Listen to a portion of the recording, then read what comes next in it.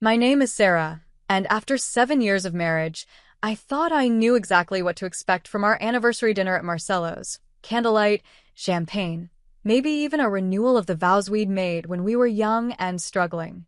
Instead, my husband Daniel raised his glass to another woman while secretly recording my reaction on his phone, waiting to capture the exact moment my heart shattered for their entertainment. But when the $3,000 bill arrived and his mistress found herself alone at the register with every credit card declining, she learned what I had discovered long before that night. Daniel's greatest talent wasn't building businesses or charming investors. It was forging signatures, including mine on documents that would eventually land him in federal prison. If you are watching this video right now, I would love to know where you are from. Drop it in the comment section below. Hit that like button and subscribe to hear more stories about family relationships that take unexpected turns. 7 years. That's how long I'd been Mrs. Daniel Whitmore. 7 years of carefully folded napkins at dinner parties, of smiling through his colleagues' crude jokes, of believing that loyalty was a currency that would eventually pay dividends. I stood before my bathroom mirror that morning, October 15th, tracing the faint lines around my eyes, souvenirs from late nights waiting for him to come home, from squinting at spreadsheets to stretch our budget while his business found its footing. Our anniversary had always been sacred to me. Even during the lean years, especially during those years, we'd mark the date. A picnic in the park when we couldn't afford restaurants. Handwritten letters when we couldn't buy gifts. Those gestures had meant everything then. They were proof that love could transcend circumstances, that two people building something together was worth more than any material comfort. I'd spent the entire week preparing for tonight. The dress hung on the closet door like a promise. Emerald green silk that caught the light just right, the same shade as the cocktail dress I'd worn to our rehearsal dinner. My hairdresser had worked magic with my stubborn waves, pinning them into an elegant updo that made my neck look longer, more graceful. The gift sat wrapped in silver paper on my dresser, a vintage pocket watch I'd found at an estate sale, its inscription reading, "Time reveals all truths." I'd thought it poetic when I bought it. Looking back, the irony makes me nauseous. Daniel had been different lately, distracted, dismissive, his phone practically grafted to his palm. That morning, when I'd reminded him about our reservation, he barely glanced up from his screen. Oh, right. 7:30 at Marcello's. His thumb never stopped scrolling. I upgraded us to their private dining section. It'll be memorable. The way he said memorable should have been my first warning. There was something sharp hidden in that word, like glass wrapped in velvet. Should I wear the green dress? I asked, fishing for some sign of the man who used to notice everything about me. Wear whatever you want, Sarah. He was already walking away, phone pressed to his ear. Hey, yeah, it's all set for tonight. She has no idea. I assumed he meant a surprise. Anniversary surprises were Daniel's thing. Or they had been, once upon a time. Year 3, he'd arranged for a string quartet at dinner.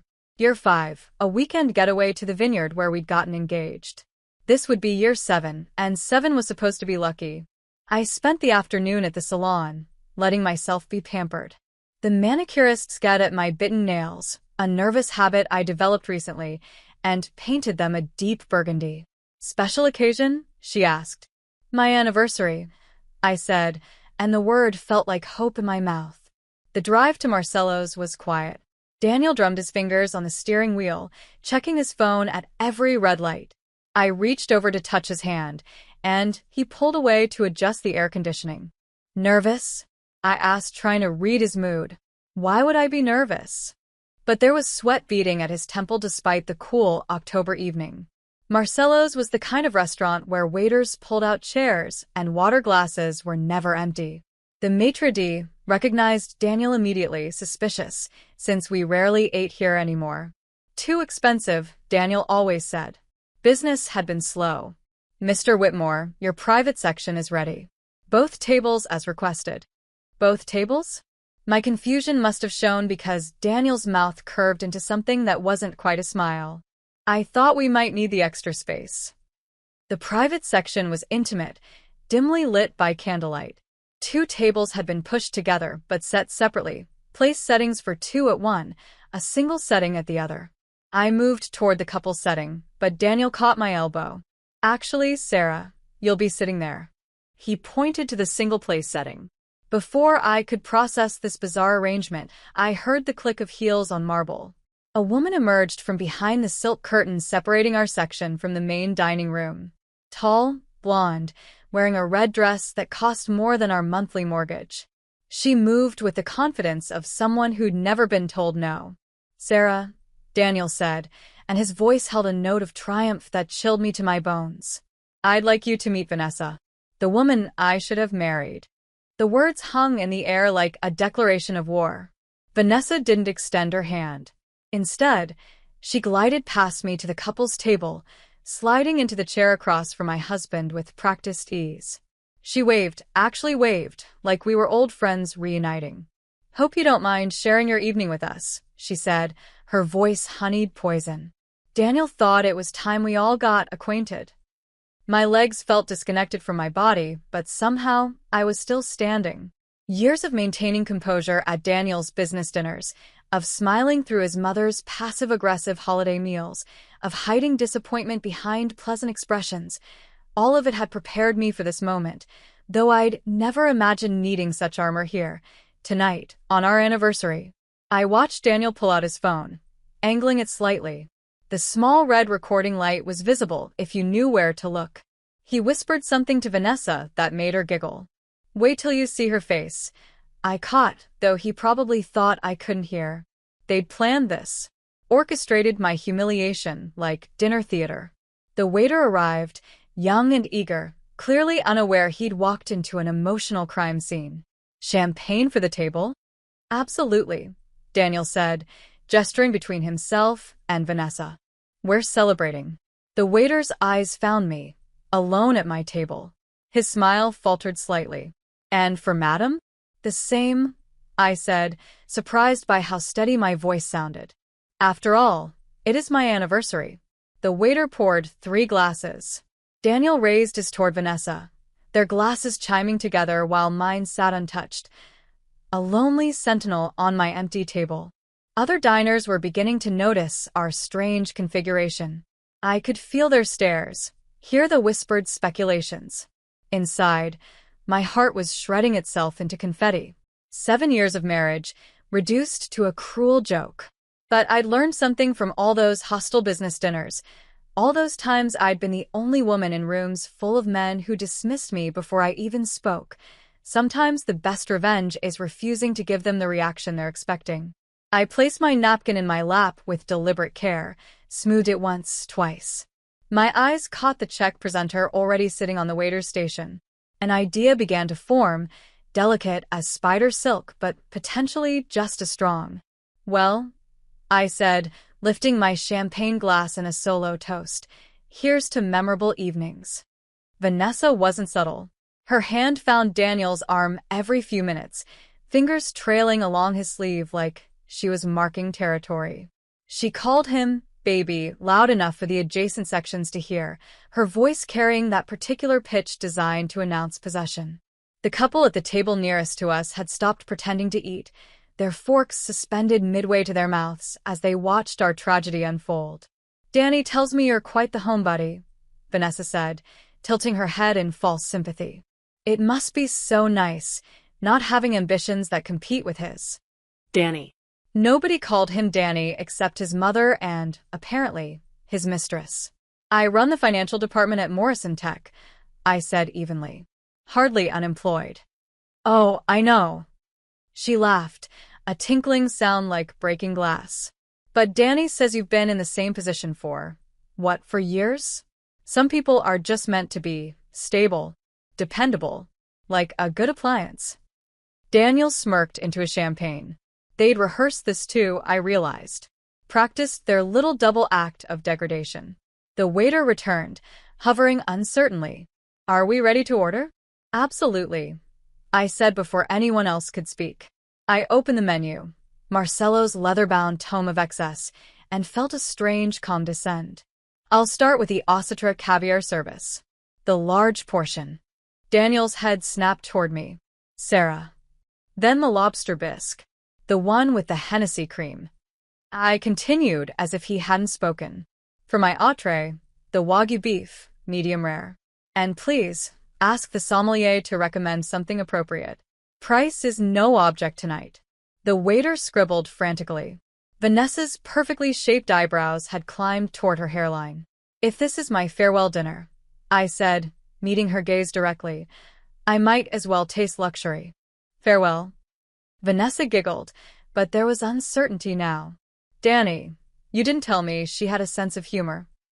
Enjoy it while it lasts, Daniel muttered, but his confident facade was cracking. The bill for what I'd just ordered would easily clear $1,000, and I wasn't done. As they ordered, Daniel choosing the mid-price salmon, Vanessa the chicken despite eyeing the lobster. My mind began connecting dots I'd been willfully blind to for months. The late nights at the office that smelled like perfume when he came home. The credit card charges to restaurants I'd never been to. The weekend golf trips, when he'd return without any sun on his face. The business trips that always seemed to fall on dates that had once meant something to us. How long had I been sleeping next to a stranger? Excuse me, I said to the waiter as he passed. Could we have separate checks tonight? I'd like mine prepared in advance. Certainly, madam. Daniel was too busy hand-feeding Vanessa an oyster to notice. The sight should have destroyed me. Instead, I felt like I was watching strangers perform a play I had no interest in finishing. My caviar arrived, glistening black pearls on mother of pearl. I ate slowly, savoring each burst of salt and sea. Vanessa watched me with growing annoyance. This wasn't following their script. You know, she said, leaning forward conspiratorially, Danny and I have been together for 8 months now. He always said you wouldn't be able to keep up with him. I guess he was right. 8 months. I counted backward. That would have been February, the month he'd forgotten Valentine's Day because of a crucial client dinner. I believe you, I said simply. My agreement seemed to deflate her. She'd wanted tears, hysteria, a scene worthy of Daniel's secret recording. Instead, I gave her nothing but calm acknowledgement. Daniel excused himself to take a call, another performance, probably, to show how important and in demand he was. The moment he was gone, Vanessa's mask shifted, becoming harder, more predatory. We'll be moving into the house next month, she announced. Danny's already started the paperwork. You'll find somewhere else. Women like you always do, scurrying off to some sad little apartment, clinging to your dignity while we live in the home you played housewife in. I set down my spoon very carefully, leaned forward until I could smell her perfume, Chanel No. 5. How predictable. Funny thing about houses, I whispered. Sometimes the keys don't open the same doors anymore. She frowned, confusion flickering across her features. What's that supposed to mean? You'll find out. Daniel returned, sliding back into his chair with the satisfaction of a man who thought he was winning. My entrees arrived, yes, entrees plural. I'd added the Chilean sea base while he was gone, and I attacked them with genuine appetite. There's something liberating about abandoning the pretense of caring what people think. The thing is, Daniel said, apparently unable to resist twisting the knife, I need a partner who matches my ambition. Someone who understands that standing still is the same as moving backward. Like Vanessa, I said helpfully. Exactly. He squeezed her hand. Vanessa has vision. She sees the bigger picture. What she'll see is the bill, I murmured, but only the waiter heard me. He suppressed a smile as he refilled my water glass. The meal continued, each course more absurd than the last. Daniel and Vanessa performed their romance, touches, whispers, shared bites, while I worked my way through enough food to feed a small party. The other diners had given up pretending not to watch. We were dinner theater now, whether Daniel had intended it or not. When the check presenter arrived, I requested a pen from the waiter. On the back of the leather folder, I wrote a brief note. Mr. Whitmore will be handling the entire bill this evening. Please ensure all charges are processed accordingly. S. Whitmore. I slipped Daniel's credit card, the one I'd pulled from his wallet while he was feeding Vanessa, into the folder and handed it back. I think we're done here, I announced, standing with unhurried grace. The napkin fell from my lap to my chair. I didn't pick it up. Daniel was still smirking, probably thinking he'd won something. Running away, Sarah? How predictable. Not running, I said, collecting my purse. Leaving. There's a difference. I walked through the restaurant with my head high, past the staring diners, past the concerned maitre d', past the valet who scrambled to call me a cab. I didn't look back, not even when I heard Vanessa's voice rising in alarm, presumably discovering that Daniel's company credit card, the one he'd been illegally using for personal expenses, had just been charged for a $3,000 dinner. Not my problem anymore. I woke up in my own bed. Not the king-size monstrosity Daniel had insisted on, but the queen in the apartment I'd quietly leased 3 months ago when I'd first found lipstick on his collar. Crimson Desire, according to the shade name I'd found when I'd Googled it. Not my color. Never had been.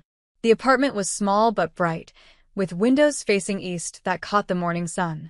I'd furnished it slowly, one piece at a time, paying cash from the personal account Daniel didn't know about. Every purchase had felt like an act of rebellion. The reading chair he would have called impractical, the kitchen table for 2 instead of 8, the bathroom painted the pale pink he'd always vetoed. My phone showed 17 missed calls and 32 text messages. I deleted them all without reading, but not before screenshotting everything for my lawyer. Yes, I had a lawyer. Margaret Chen, recommended by a colleague who'd noticed me crying in the parking garage 6 weeks ago. Just in case, I'd told myself then. Now, I bless my paranoid preparation. Over coffee and toast, simple pleasures that tasted like freedom, I let myself replay the previous evening. Not with pain, but with the analytical eye I used for spreadsheets at work. The whole production had been so carefully orchestrated. The restaurant Daniel knew I loved, the private section to contain the humiliation, Vanessa's scripted barbs. He'd wanted to destroy me in the place where we'd celebrated our engagement 5 years ago. The cruelty of it was breathtaking, really. Almost admirable in its thoroughness. My phone rang again. This time, it was Margaret. Sarah? I got your message. Are you all right? Better than expected, I said, surprised to find it was true. Can you meet today? Already cleared my morning. Bring everything. Everything turned out to be 2 bankers' boxes of documents I'd been collecting like a deranged squirrel preparing for winter. Bank statements showing suspicious transfers. Credit card bills for jewelry I'd never received. Hotel rooms in the city when he was supposedly traveling. Screenshots of texts that had popped up on his iPad, still synced to his phone, including several from someone saved as V. Kissmark, dating back to February. Margaret reviewed it all with the satisfaction of a prosecutor who'd just been handed a gift-wrapped case. The house, she asked. Deeds in both names, but I've been making the mortgage payments from my salary. Have been for the last 18 months, since his business started struggling. I made air quotes around the last word. And this business of his? Hemorrhaging money, last I checked. Though there seem to be some interesting discrepancies between what he tells me and what the tax returns show. Margaret's smile was sharp enough to cut glass. Oh, this is going to be fun. While she began drafting separation papers, my phone buzzed with a new voicemail. Against my better judgment, I played it. You humiliated me in front of her. Daniel's voice was raw, unhinged. Do you have any idea what you've done? That was a company card. The charges are being reviewed. You vindictive little. I deleted it before he could finish. But the mention of the company card made me smile. I'd suspected he'd been using it for personal expenses. Now there would be a paper trail, investigated by his own accounting department. The next message was calmer but somehow worse. Sarah, please. We need to talk. This isn't what you think. Vanessa means nothing. It was just, I was trying to make you jealous, to make you fight for us. Please come home. The delusion of it was staggering. He'd orchestrated my public humiliation and was now trying to gaslight me into believing it was some kind of misguided romantic gesture. That afternoon, I met with my team at Morrison Tech. Word had somehow already spread. The joys of social media and people who'd been at Marcello's, and my colleague Jennifer immediately pulled me into a hug. Jake's cousin was there last night, she whispered. Said you were magnificent. Like watching someone perform surgery with a smile. My boss, Robert, called me into his office. I braced for sympathy or worse, professional consequences for personal drama. Instead, he closed the door and said, "I've been waiting for you to leave that jackass for 2 years. Also, the board approved your promotion to CFO. The announcement goes out Monday." CFO. I'd been working toward it for 3 years, putting in the hours Daniel always complained about, getting my MBA at night while he watched TV. He'd always said I was reaching beyond my grasp. Turns out my grasp was just fine. That evening, as I was reviewing the separation papers Margaret had sent over, my phone chimed with a text from an unknown number. "This is Vanessa. I need to talk to you. It's about Daniel. Please." I almost deleted it. Then another text arrived. "I found something you need to know about. It affects you legally." Against every instinct, I responded. "Tomorrow. 10 Uhr morgens. Café Luna. Public place. Bring whatever you found. Thank you. And I'm sorry about last night. I didn't respond to that. Some things didn't deserve acknowledgement." Daniel tried to ambush me at my car that evening as I left the office. He looked terrible, unshaven, clothes wrinkled, the confident swagger replaced by desperation. "Sarah, please. 5 minutes." "Talk to my lawyer," I said, clicking my key fob. "I don't need a lawyer. I need my wife." "You needed your wife last night, too. Didn't stop you from bringing your girlfriend to our anniversary dinner." He grabbed my arm. Not hard, but enough to make me freeze. "You're going to regret this," he said quietly. "You have no idea what I'm capable of. You'll never make it without me." I looked at his hand on my arm, then up at his face. The mask had finally slipped completely. This was who he'd always been, hidden under charm and promises. "Funny," I said, pulling free. "That's exactly what I used to tell myself about you." I drove away, leaving him standing in the parking garage. In my rearview mirror, I watched him pull out his phone, probably calling Vanessa, or his mother, or whatever friend would still take his calls after last night's debacle had made the social media rounds. That night, I sat in my small, perfect apartment, wearing pajamas Daniel would have mocked as unsexy, eating ice cream straight from the container, another thing he'd forbidden as undisciplined. My laptop showed 3 emails from headhunters who'd heard about my promotion, 2 interview requests from competitors, and 1 message from a publisher interested in my story. My phone buzzed. "Vanessa again. He's been forging your signature. I have proof." I set down the ice cream very carefully. Tomorrow's meeting had just become much more interesting. The next morning arrived gray and drizzling, matching the gravity of what I was about to learn. I arrived at Café Luna 15 minutes early, choosing a corner table with clear sight lines to both entrances. Old habits from years of managing Daniel's paranoia about business competitors. Vanessa arrived precisely at 10, looking nothing like the confident predator from 2 nights ago. Her designer clothes had been replaced with jeans and a simple sweater. Without the armor of her red dress and perfect makeup, she looked younger, more vulnerable. She clutched a manila envelope like a life preserver. "Thank you for meeting me," she said, sitting down carefully, as if afraid I might change my mind. "You have 2 minutes to convince me not to leave," I said. She pushed the envelope across the table. Inside were photographs of documents, loan applications, a second mortgage on our house, lines of credit. All with my signature. All dated within the last 6 months. All completely fraudulent. "I found these in his home office," she said quietly. "He keeps a file labeled contingencies." I thought it was business stuff until I looked closer. I studied the signatures. Good forgeries, but not perfect. My S had a distinctive loop he'd gotten wrong, and the H in Whitmore was too vertical. Why? I asked, though I was really asking myself. Why would he need to forge these? "Because his business is bankrupt," Vanessa said. "Has been for months. He's been moving money around, keeping up appearances, but it's all about to collapse. These loans are the only thing keeping him afloat. And you knew this?" She had the grace to look ashamed. "I found out last week. After he'd already planned the anniversary dinner. I tried to talk him out of it, but he said you deserved it for not being supportive enough." I laughed, short and bitter. "Supportive? I've been paying our mortgage, our utilities, buying groceries, while he played entrepreneur with money we didn't have. There's more, she said, pulling out her phone. I recorded this yesterday. Daniel's voice filled the space between us. The beauty is, she never reads anything before signing. 7 years of training her to just trust me. The notary owes me a favor. Backdate, no questions asked. By the time she figures it out, I'll have moved the assets offshore. Let her try to get blood from a stone in the divorce. My hands were shaking, not from fear or sadness, but from pure, crystallized rage. The notary, I said. Do you have a name? Brian Hendricks. They went to college together.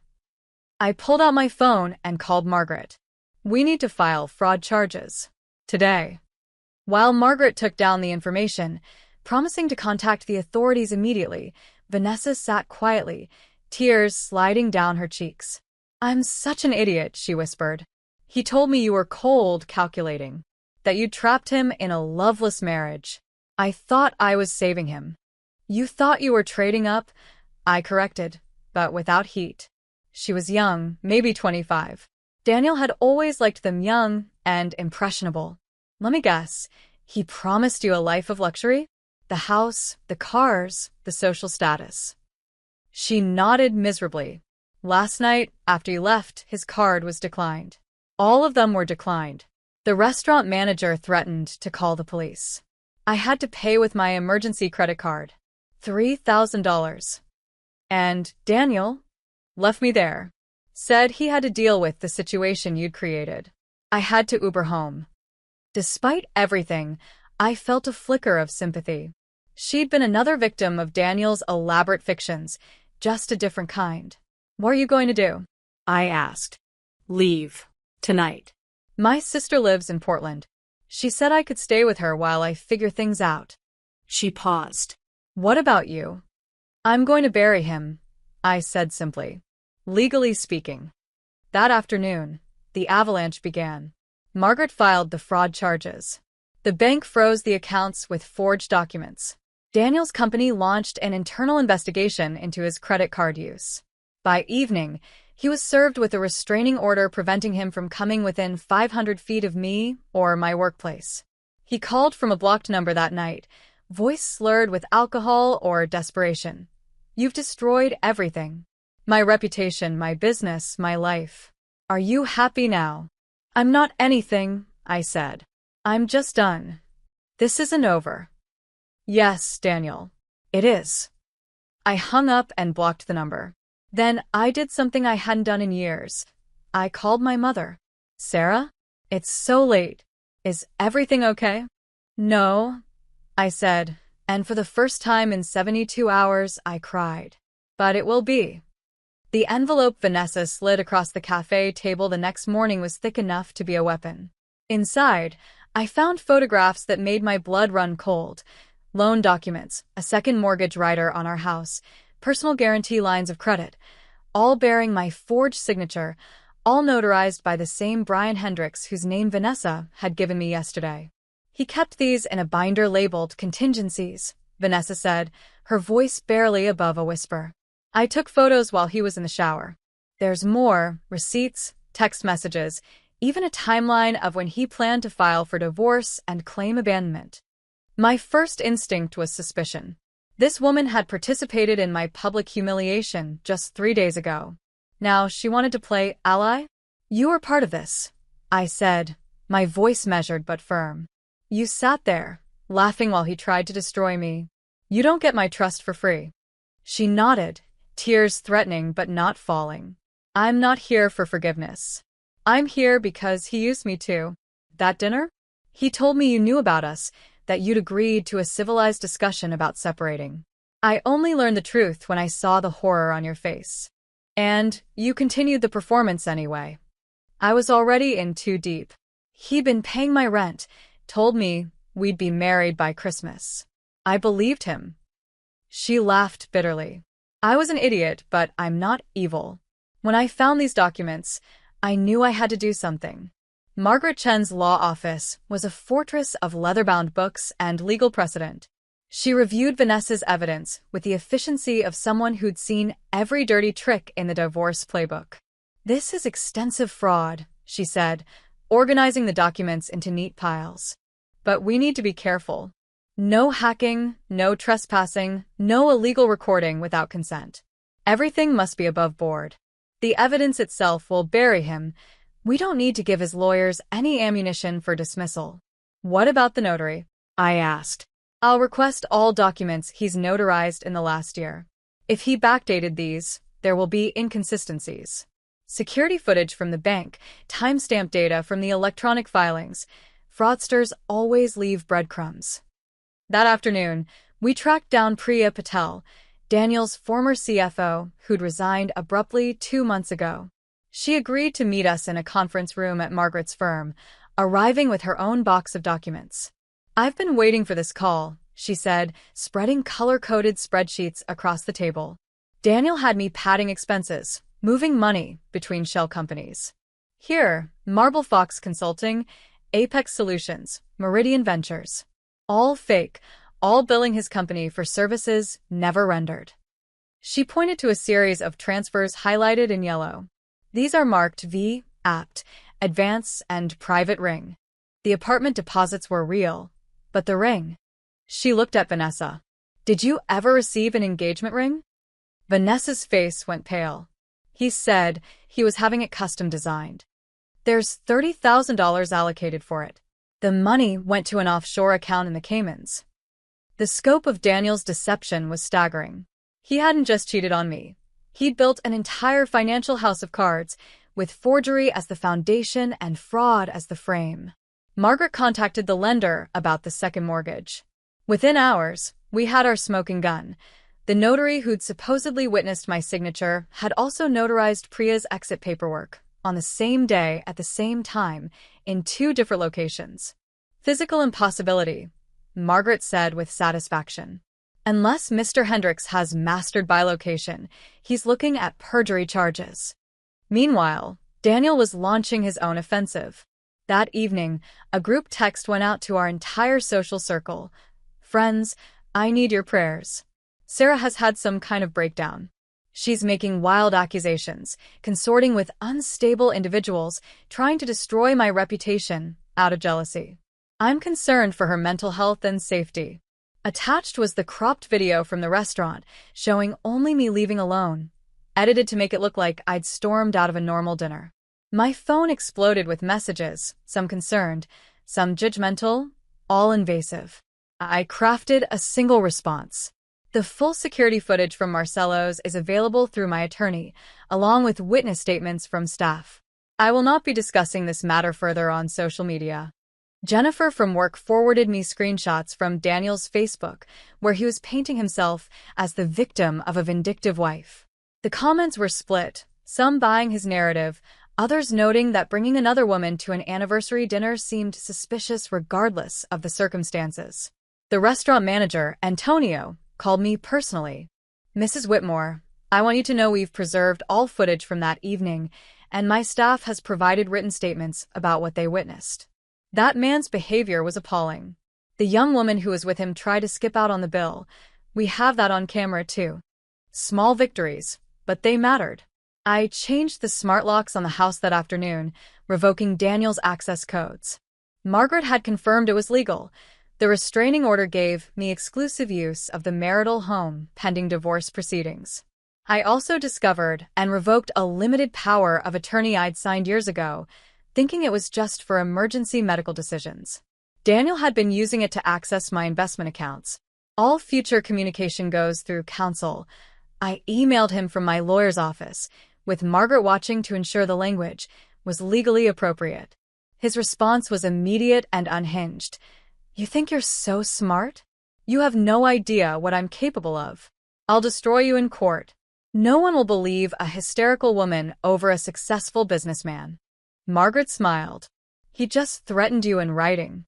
That's another violation of the restraining order." The trap came together 3 days later. Priya revealed that Daniel was desperately pitching to a new angel investor, someone who could plug the hole in his company's finances before the fraud became public. The investor, Marcus Webb, was already skeptical. Priya had worked with him before and had quietly warned him about Daniel's practices. Marcus is willing to help, Priya told us. He'll agree to a final due diligence meeting, but he'll bring a bank fraud investigator as his financial advisor. Daniel won't know until he's in the room.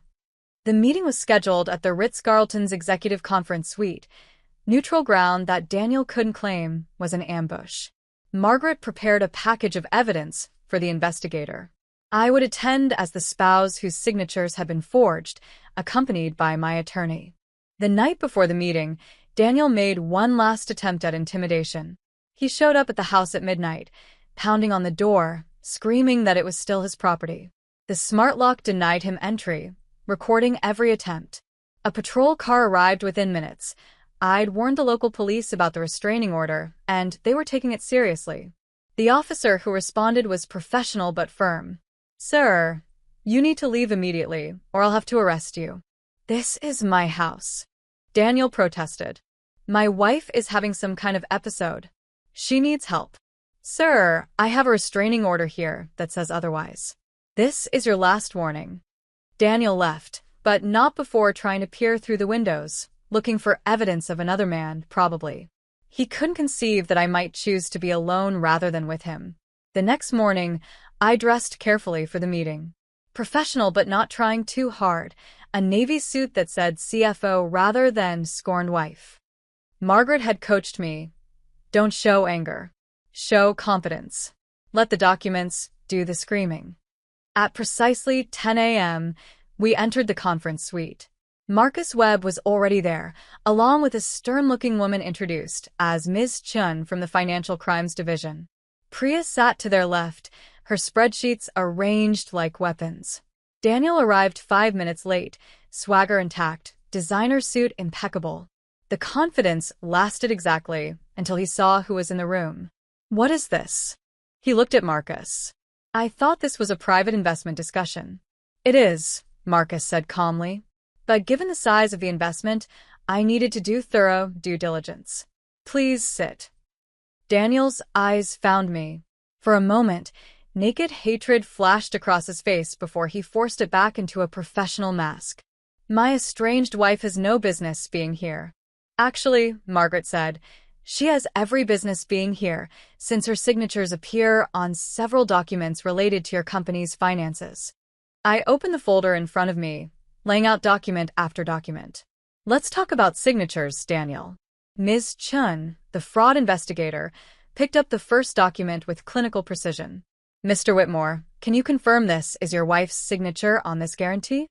Daniel's jaw tightened. "Of course. Sarah signs everything I ask her to. She trusts me." Past tense would have been more accurate, but he was still maintaining his fiction. "Interesting." Ms. Chun produced a second document. "And this mortgage rider?" "Yes, she signed that too." Margaret slid forward a manila folder. "These are the preliminary findings from our handwriting expert. The signatures show clear signs of forgery, inconsistent letter spacing, incorrect stroke patterns, and most tellingly, they were supposedly signed on dates when Mrs. Whitmore was documented as being elsewhere." "Documented how?" Daniel's voice had risen slightly. "I was at a company retreat in Boston on March 15th, I said calmly. 400 miles away from where this document was supposedly notarized in my presence." Priya pulled out her laptop. "I have the corporate credit card records showing Mrs. Whitmore's hotel charges, conference registration, and flight records for those dates." The investigator made notes. "Mr. Hendricks, the notary, claims he witnessed these signatures in person. That's a felony if false." Daniel's phone buzzed. He grabbed for it, but Marcus held up a hand. "We're in a meeting, Daniel. It can wait." But Vanessa's timing was perfect. She'd been waiting in the lobby, and now she entered with hotel security. She was still technically a guest at the Ritz, where Daniel had been keeping her. "I'm sorry to interrupt," she said, not looking sorry at all. "But I thought you should hear this." She pulled out her phone and played a voice memo. Daniel's voice filled the room, cocky and careless. "She never reads anything. Signatures are easy. Brian owes me from that DUI I helped him with. A little backdating, who's going to know? By the time Sarah figures it out, I'll have moved everything offshore. That's a deep fake. Daniel stood, his chair scraping against the floor. This is all fabricated. Ms. Chen examined the phone. The metadata shows this was recorded 3 weeks ago at 11:47 p.m. The GPS coordinates match. She looked at Vanessa. Your apartment. Vanessa nodded. He liked to brag after wine. I started recording after I found the forged documents. Marcus Webb slowly folded the investment term sheet he'd brought. I think we're done here. He looked at his assistant. Email the team. We're passing on this opportunity and flagging it as high risk to other investors. Daniel's phone hadn't stopped buzzing. When he finally looked at it, his face went white. The company's board was calling an emergency meeting. 2 major clients had already pulled their contracts. The house of cards was collapsing in real time. You did this, he snarled at me. You vindictive bitch. No, I said, standing to leave. You did this. I'm just refusing to be your collateral damage. Priya opened her laptop again, projecting a spreadsheet onto the conference room screen. While we're all here, let's discuss Marble Fox Consulting. She highlighted a series of transactions. A shell company that billed your firm $500,000 for services that were never rendered. The bank account traces back to you personally, Daniel. The investigators' typing intensified. That's wire fraud. Interstate commerce makes it federal. There's more, Priya continued, her voice steady but damning. Investor funds diverted to personal expenses. Securities fraud. Tax evasion through fake deductions. A knock at the door interrupted her presentation. A sheriff's deputy entered with another manila envelope. Daniel Whitmore? Daniel nodded mutely. You're being served. Amended fraud charges and violation of restraining order from last night's incident. Daniel looked around the room like a trapped animal. His eyes landed on Vanessa. You were part of this. Vanessa stood straighter. You told me she was crazy. Unstable. Then I watched you forge her signature while laughing about how stupid she was for trusting you. She's not the unstable one, Daniel. And my involvement? I said quietly. It isn't revenge. It's accountability. Marcus Webb turned to me with something like admiration. Mrs. Whitmore, I heard about your promotion to CFO. If you ever want to discuss opportunities in venture capital, please call me. He handed me his card. I respect people who can maintain composure under pressure. Daniel grabbed his briefcase, trying to salvage some dignity. But Ms. Chen stopped him at the door. Mr. Whitmore, you'll be hearing from the FBI's white-collar crime division. I wouldn't leave town. That evening, I had scheduled what seemed like cosmic justice, a charity networking mixer at Marcello's, in the same private section where my humiliation had been staged. The restaurant manager had offered it for free, appalled by what had happened there. I want to restore some good karma to that space, Antonio had said. Please be our guest. The event was ostensibly for my company's Women in Leadership initiative, but word had spread about what had really happened there a week ago. The room was full of professional women who'd heard the story through various networks, each with their own tale of gaslighting or betrayal to share. The best revenge, said a federal judge who'd gone through her own ugly divorce, is radical success. Daniel, meanwhile, was publicly melting down. He'd posted a series of increasingly unhinged social media rants, calling me everything from a corporate climber who used him to a vindictive harpy destroying an innocent man. Margaret immediately filed for defamation and violation of the restraining order, again. He's making our case for us, she said. Keep letting him talk. But the nail in his coffin came from an unexpected source. Brian Hendricks, the notary, facing perjury charges and the loss of his license, had flipped. He provided investigators with text messages from Daniel explicitly asking him to do that favor we discussed and backdate documents. At midnight, Daniel made one last desperate attempt. He drove to the house again, apparently drunk, and tried to break in through the back door. The smart security system I'd installed captured everything in high definition, him stumbling, cursing, eventually sitting on the porch steps and crying about how I'd ruined everything. The patrol car arrived to find him passed out on the lawn. This time, they arrested him. The next morning, a courier delivered an envelope to my office.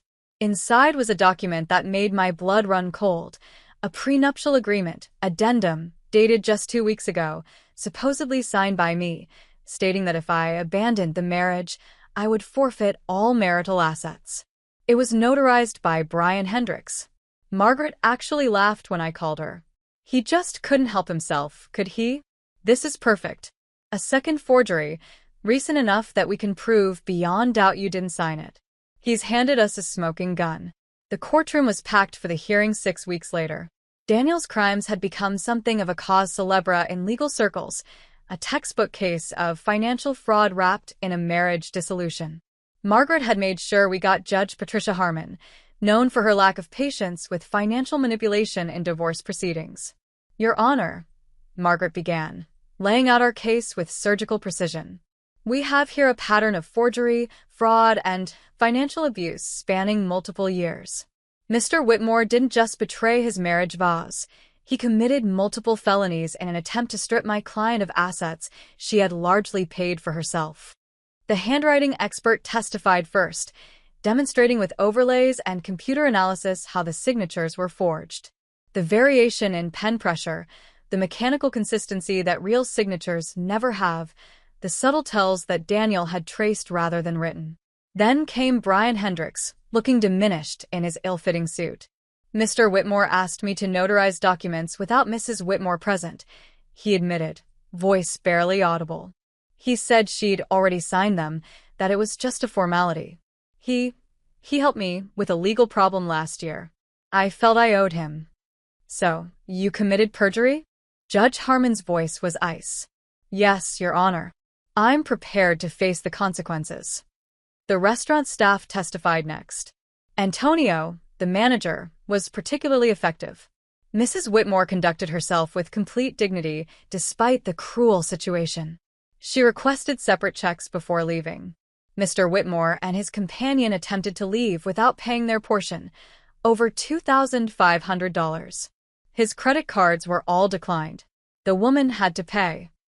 The waiter, a young man named Christopher, added, Mr. Whitmore was recording Mrs. Whitmore on his phone, laughing with the other woman. It was like they were enjoying her pain. When Miss Chun from the Financial Crimes Division took the stand, Daniel's attorney actually winced. She methodically outlined the evidence of wire fraud, tax evasion, and investor deception.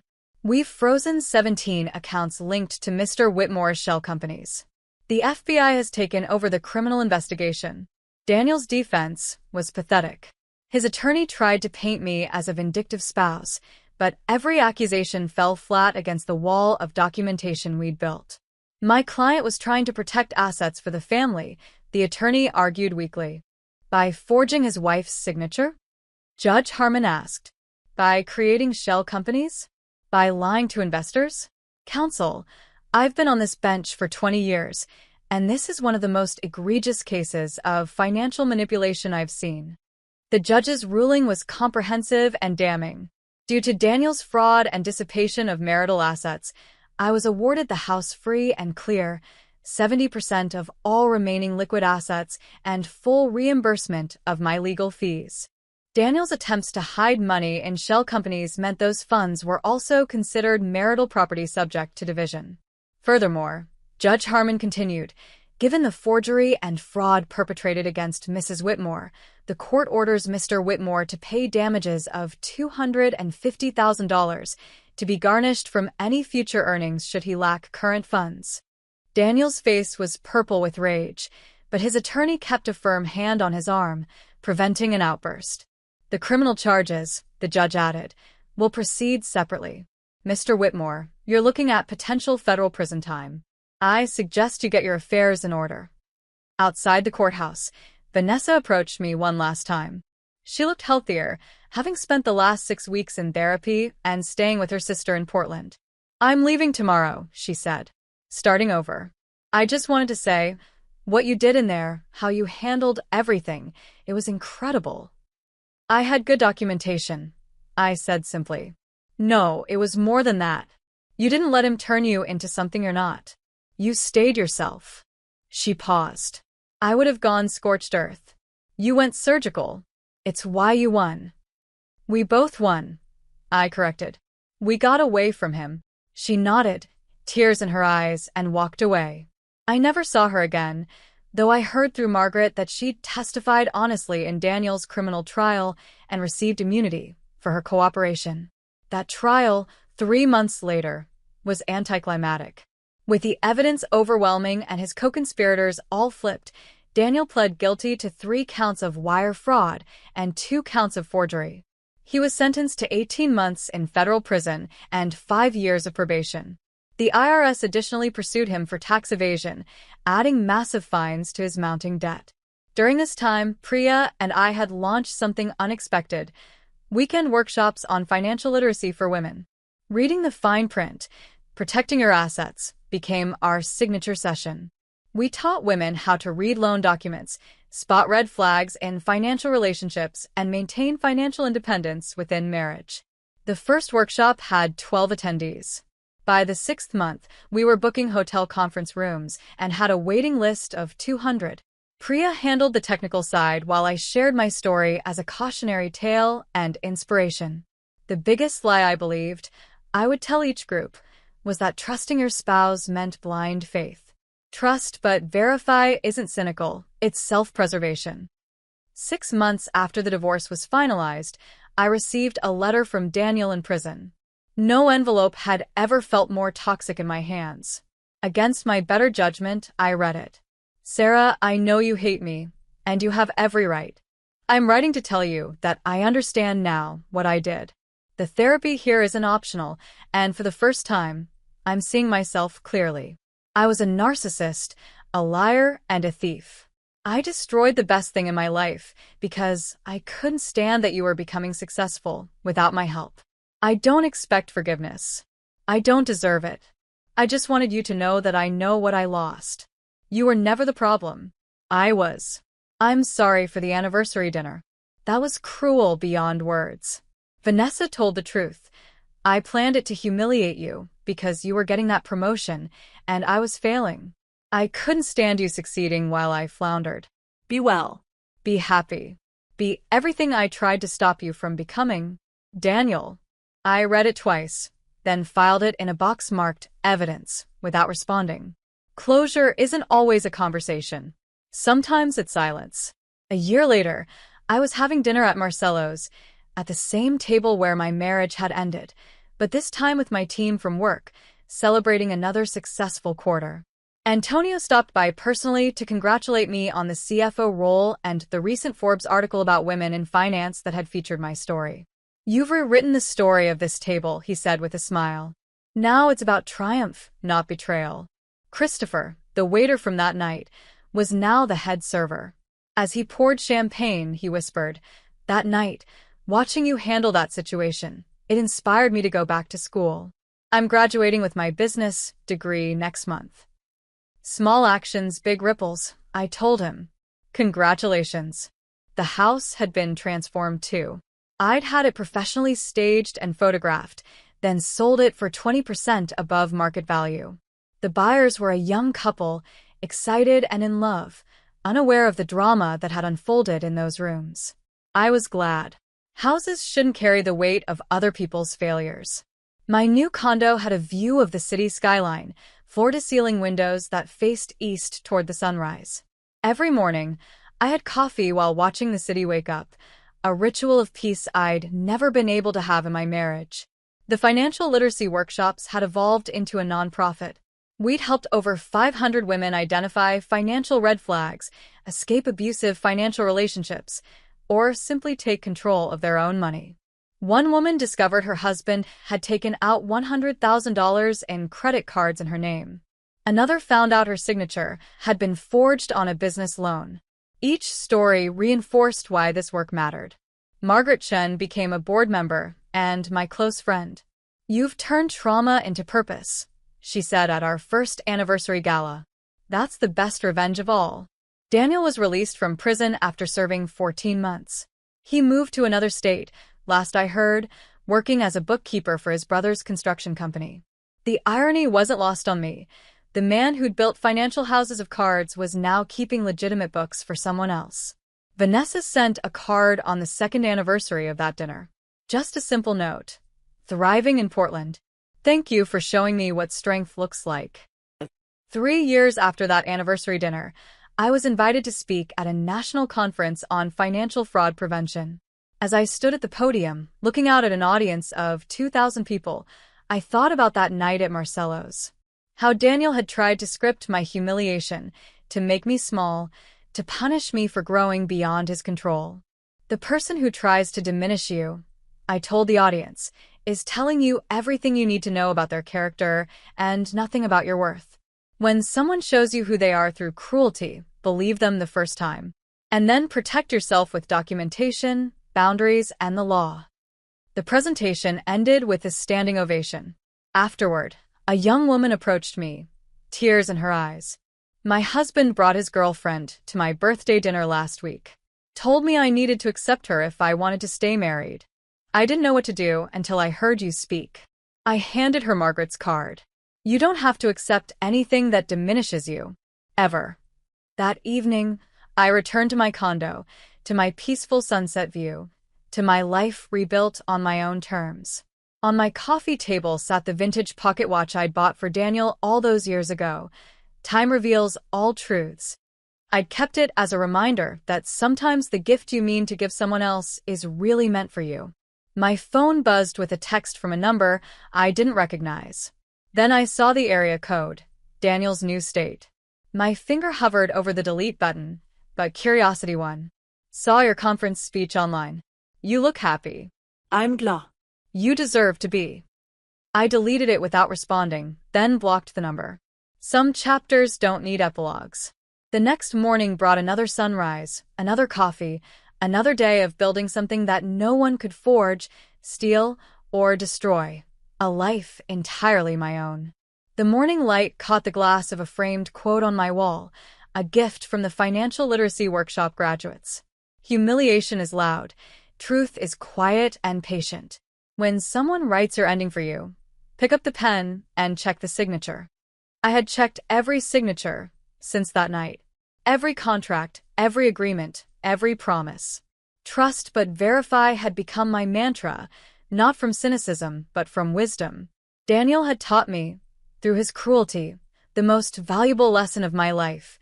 The only person responsible for protecting your worth is you. And I was worth protecting. If someone you trusted completely asked you to sign something without reading it tomorrow, would you do it? Or would Sarah's story make you pause and check every line? Hit that like button if this story opened your eyes, and subscribe for more real-life tales of betrayal, justice, and the power of keeping your own records.